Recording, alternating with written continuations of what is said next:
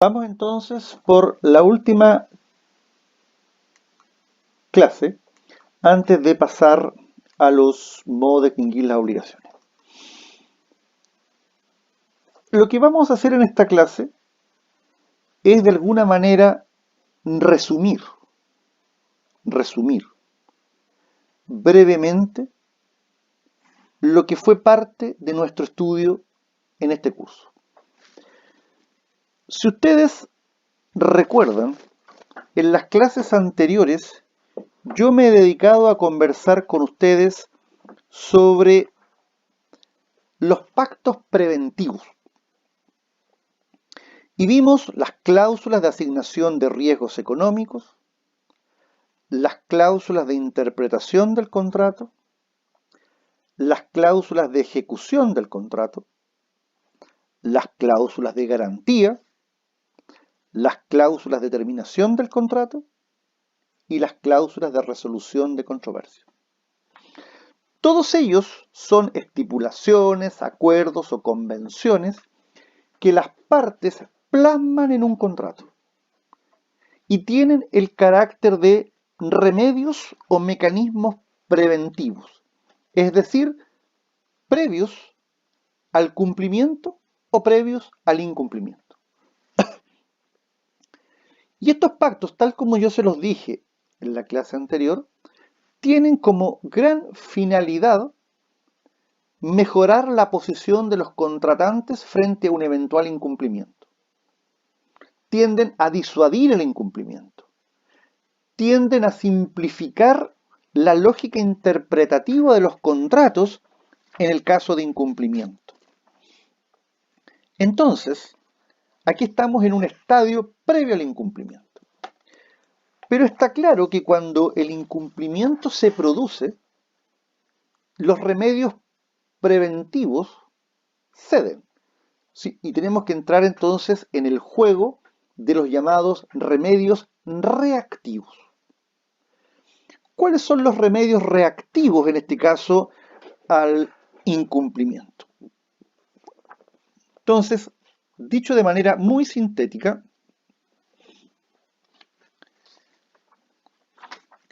una vez que se analizaron los remedios preventivos de los que dispone el acreedor, evidentemente nosotros ya estudiamos los llamados remedios reactivos.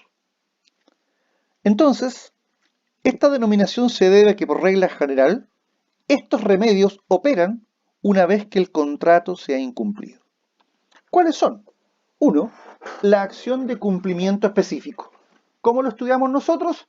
Ejecución forzada de la obligación.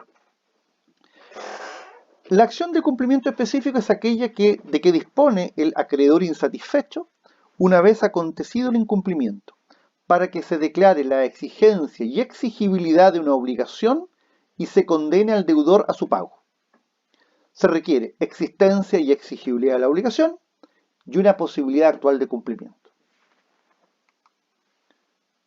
2. Resolución por incumplimiento. Esto lo vimos a propósito de la condición resolutoria tácita, 1489.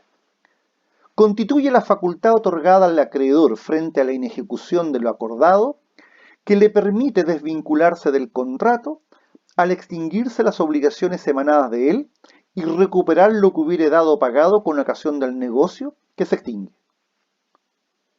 Para que opere la resolución contractual se requiere 1. La existencia de un contrato, b.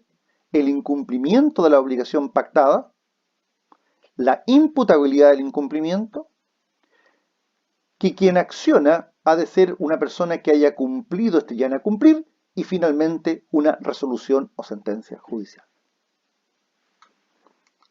3. La acción indemnizatoria. Es la cantidad de dinero que debe pagar el deudor al acreedor y que representa lo que éste habría obtenido con el cumplimiento efectivo, íntegro y oportuno de la obligación contractual. Requisitos. 1. Incumplimiento imputable de una obligación nacida de un contrato válido. 2. Nexo causal. 3. Daño. 4. Mora. 5. Ausencia de causal de exoneración. ¿Se dan cuenta entonces que nosotros podemos vislumbrar los remedios preventivos y los remedios reactivos. Cumplimiento forzado, resolución de contrato, indemnización de perjuicio. 4. Excepción de contrato no cumplido.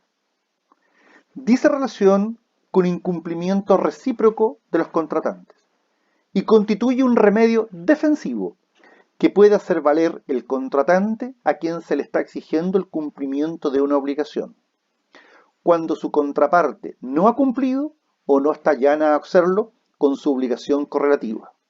¿Cuáles son sus requisitos? Contrato bilateral, incumplimiento contractual de una obligación exigible al demandante e incumplimiento por parte del demandante. Finalmente, y antes de pasar a los modos de extinguir las obligaciones, quiero con ustedes recalcar dos cuestiones que a mi entender son relevantes. Uno es la entidad del incumplimiento resolutorio. Y dos, la autonomía de la acción indemnizatoria. En cuanto a lo primero, la pregunta es, ¿cualquier incumplimiento basta para desencadenar el efecto resolutorio o por el contrario ha de tener lugar solo cuando hay un incumplimiento de una obligación esencial o principal de una obligación? Durante mucho tiempo se dijo, mire, cualquier obligación incumplida habilita a resolver. Hoy en día se dice no, debe tratarse de una obligación esencial, de una obligación principal, de una obligación trascendente. Segunda cuestión, la posibilidad de que la acción indemnizatoria se ejerza en forma autónoma, con independencia de las peticiones de cumplimiento o resolución de contratos. A ver, a este respecto puedo señalar lo siguiente. Una de las principales discusiones que se ha suscitado en el último tiempo respecto de la acción indemnizatoria se refiere a las condiciones de su ejercicio, en especial sobre la posibilidad de que ella sea ejercida de forma directa o autónoma, es decir, no acompañada de otra acción frente al incumplimiento contractual. Si es posible entonces demandar indemnización de perjuicios compensatorios sin tener que pedir al mismo tiempo la resolución del contrato ni el cumplimiento específico del mismo. A este respecto, hay que distinguir si se trata de contratos uni o bilaterales. Respecto de los primeros, hay ciertas normas que permiten el ejercicio autónomo, como los artículos 1537, 1553, 1555 y 1590. El punto está en los contratos bilaterales, que son aquellos que generan obligaciones para ambas partes. A este respecto, hay que recordar que hay una postura clásica o tradicional. De acuerdo a la postura clásica o tradicional, se reconoce la autonomía para las obligaciones de hacer y no hacer, porque expresamente el legislador lo posibilita. 1553, 1555. En cambio, con respecto a las obligaciones de dar, se dice que no sería posible la autonomía, pues el 1489 no permite al acreedor escoger entre el cumplimiento específico de la prestación, la resolución del contrato y la indemnización de perjuicio, sino que solo podría demandar la indemnización compensatoria solicitando al mismo tiempo la resolución del contrato o su cumplimiento. Frente a esta postura tradicional surge una doctrina, ¿cierto? Más bien dicho, moderno-contemporánea. Esta postura, desde mucho tiempo atrás los autores venían impulsando la idea de la autonomía de la acción indemnizatoria. Sin embargo, este impulso no había tenido éxito en los tribunales. Fue necesario que el año 2012 la Corte Suprema acogiera, en el caso Sorín S.A.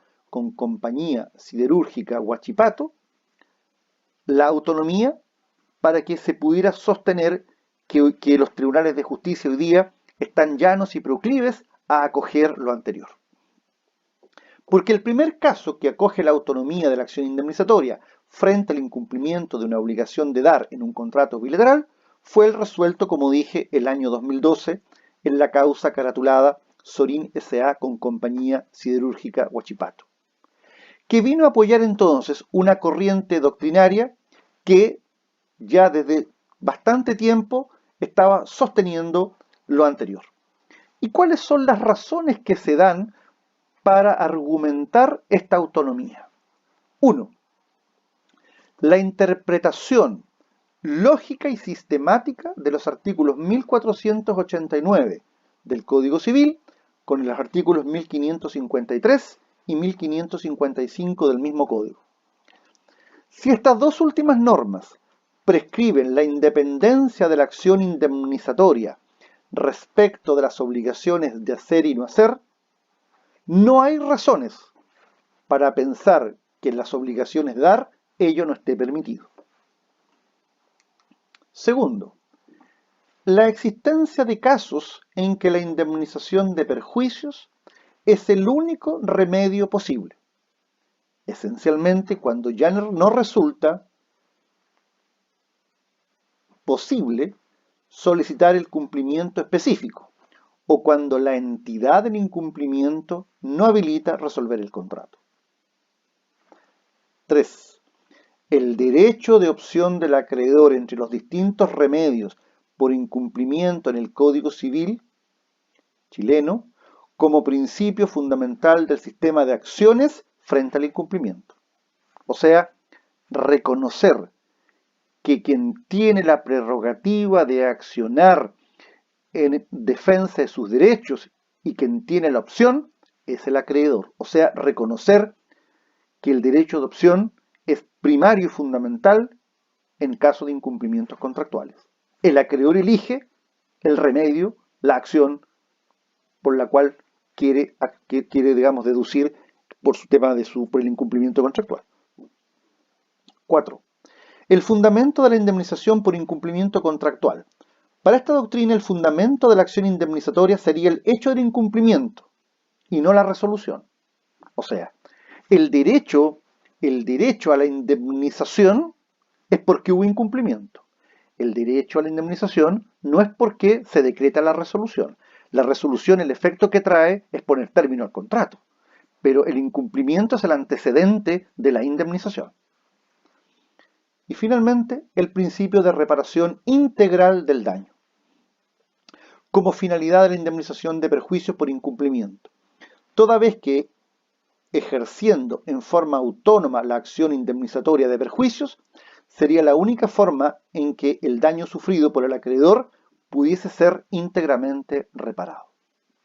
Entonces, ustedes pueden ver que hay 5 razones o argumentos para sostener hoy en día que la acción indemnizatoria puede ser articulada en forma independiente de las peticiones de cumplimiento o resolución. Todo a partir de un fallo del año 2012 de la Corte Suprema, haciendo presente que esto se ha reiterado en casos más recientes. Cito al efecto, fallo de la Corte Suprema de 26 de noviembre del año 2014, rol 14.008-2013, y sentencia de Corte Suprema de 26 de agosto de 2019, rol 2465-2018. Es decir, hoy en día nosotros podemos sostener que constituye una doctrina jurisprudencial asentada la autonomía de la indemnización de perjuicios en materia contractual. Muchas gracias.